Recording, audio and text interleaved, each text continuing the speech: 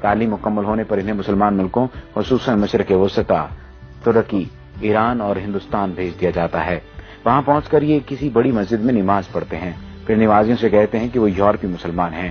انہوں نے مصر کی جامع الازہر میں تعلیم پائی ہے اور مکمل عالم ہیں۔ یورپ میں اتنے اسلامی ادارے موجود نہیں کہ وہ تعلیم دے سکیں۔ وہ سر دست تنخواہ نہیں چاہتے، صرف کھانا، سر چھپانے کی جگہ درکار ہے۔ پھر وہ مؤذن پیش امام بچوں کے لیے قرآن پڑھانے کے طور پر اپنی خدمات پیش کرتے ہیں۔ تعلیمی ادارہ ہو تو اس میں استاد مقرر ہو جاتے ہیں، جمعہ کے خطبے تک دیتے ہیں۔ نواب صاحب کے انگریز مہمان نے انہیں یہ بتا کر حیران کر دیا کہ عظیم مدرسے کے بنیادی اہداف یہ ہیں: مسلمانوں کو روایات، ذکر کے وظیفوں اور نظری مسائل میں الجھا کر قرآن سے دور رکھا جائے۔ حضور اکرم صلی اللہ علیہ وآلہ وسلم کا درجہ جس طرح بھی ہو سکے گھٹایا جائے۔ کبھی یہ کہو کہ آپ صلی اللہ علیہ وآلہ وسلم نعوذ باللہ رجل مسحور یعنی جادو زدہ تھے۔ اس انگریز نے یہ انکشاف بھی کیا کہ 1920 میں رنگیلا رسول نامی کتاب راجپال سے اسی ادارے نے لکھوائی تھی۔ اس طرح کئی برس پہلے مرزا غلام احمد قادیانی کو جھوٹا نبی بنا کر کھڑا کرنے والا یہی ادارہ تھا۔ ان کی کتابوں کی بنیاد لندن کی اس عمارت سے تیار ہو کر جاتی تھی۔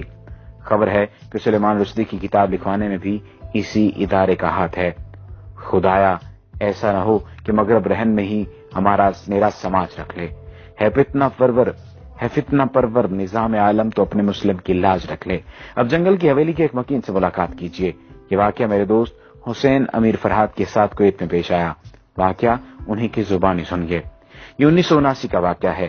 ان دنوں میں کویت کی کمپنی میں مندوب تعلقات عامہ یعنی افسر تعلقات عامہ موجود تھا، یعنی پبلک ریلیشن آفیسر۔ ہماری کمپنی کے ڈائریکٹر نے سری لنکا سے گھر کے کام کاج کے لیے خادمہ منگائی۔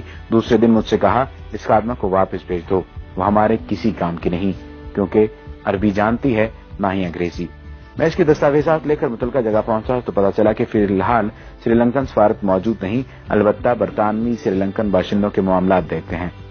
برٹش کونسل میں استقبالیہ کلرک نے میرا کارڈ دیکھا تو مسٹر ولسن سے ملایا۔ وہ بڑے اتفاق سے ملے اور بٹھایا۔ جب اس نے اندازہ لگایا کہ میں بھارتی یا پاکستانی ہوں تو اردو میں کہا میں کیا خدمت کر سکتا ہوں۔ میں نے سری لنکن خادمہ کے متعلق بتایا تو اس نے کہا کوئی مسئلہ نہیں، اسے ہم رکھ لیں گے، آپ کا جو خرچ آیا وہ ہم ادا کریں گے۔ یہ بتاؤ کہاں کے رہنے والے ہو؟ میں نے کہا پاکستان۔ وہ بولا وہ تو بہت بڑا ملک ہے۔ میں نے کہا پشاور کا رہنے والا ہوں۔ پشتوں میں پوچھا کون سی جگہ؟ میں نے بتایا نوشہرہ۔ جب میں نے گاؤں کا نام بتایا تو اس کی آنکھوں میں عجیب چمک پیدا ہو گئی۔ پھر وہ مختلف لوگوں کو پوچھنے لگا۔ میں نے بتایا کہ کون مر گیا ہے اور کون زندہ ہے۔ میں نے سوچا ہو سکتا ہے یہ نوشہرہ چھاونی میں ملازمت کرتا رہا ہو، لیکن اس کی عمر زیادہ نہیں تھی۔ اس نے کہا کچھ اور کہانی سنائی، پھر اس نے کافی منگائی، پھر انٹرکام پر کلرک سے کہا کہ اس کے پاس کسی کو مت بھیجنا۔ وہ اتنا خوش تھا کہ میں بیان نہیں کر سکتا تھا، اس کی خوشی دیدنی تھی۔ کافی کے دوران اس نے بتایا میں آپ کے گاؤں محلہ عیسیٰ خیل میں 4 سال تک پیش امام رہا ہوں۔ میں نے پوچھا کیا آپ مسلمان ہیں؟ وہ بولا میں نے 4 سال تک آپ کے گاؤں کا نمک کھایا ہے، آپ کے گاؤں والوں نے مجھے بڑی عزت دی، میں آپ سے جھوٹ نہیں بولوں گا، میں عیسائی ہوں یعنی اہل کتاب۔ اس کے بعد میرا اس کے ہاں آنا جانا رہا۔ وہ مجھے اپنا ہم وطن سمجھتا رہا اور تقریباً میرا ہم عمر تھا۔ تعجب کی بات یہ ہے کہ وہ ہمارے ہاں پاکستان بننے کے بعد رہا تھا۔ ایک دن میں نے پوچھا آپ پٹھانوں کا کھانا کیسا کھاتے رہے؟ یعنی آپ کو ذائقہ عجیب نہیں لگتا تھا؟ کیسے کھاتے تھے آپ؟ وہ کہنے لگا آپ لوگوں کا کھانا اتنا مزیدار ہوتا ہے کہ میں یہاں آج بھی گھر جاتے ہوئے ایرانی تندور سے روٹی لے کر موٹر میں روک ہی کھاتا ہوں۔ جب میں کویت سے پاکستان آ رہا تھا تو میں نے اس سے وہی سوال پوچھا جسے وہ ہمیشہ ٹالتا رہتا تھا۔ میں نے دریافت کیا اب تو بتا دو کہ تم عیسائی ہو کر پٹھانوں کے گاؤں میں روکھی سوکھی کیوں کھاتے تھے اور پیش امام کی خدمات انجام دیتے رہے، آخر کیوں؟ وہ کافی دیر تک سر جھکائے سوچتا رہا، پھر سر اٹھا کر میری آنکھوں میں جھانکا اور کہا ہمیں اپنے ملک کے مفادات کی خاطر بعض اوقات بہت کچھ کرنا پڑتا ہے۔ ہمارے ہاں لندن کے مضافات میں ایک مرکز ہے جہاں شکل و شبہات دے کر انگریزوں کو بیرونی مذاہب اور زبانوں کی تعلیم دی جاتی ہے۔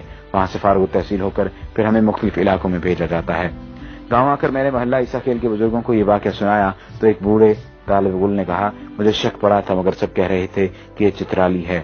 وہاں اکثر چترالی مولوی پیش امام ہیں، وہ بھی گورے ہیں بالکل انگریزوں کی طرح۔ پھر طالب علم نے کہا چلو بھائی اب 4 سال کی نمازیں لوٹائیں جو ہم نے انگریز کے پیچھے پڑھی، کھانا خراب ہو اس کا۔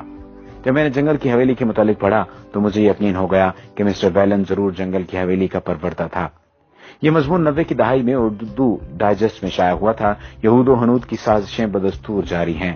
یہ مضمون اس نیت سے ضروری ترمیم اور اضافے کے ساتھ دوبارہ بھی شائع کیا گیا تاکہ سادہ لوگ مسلمان باخبر رہیں کہ دشمن انہیں کمزور کرنے کے لیے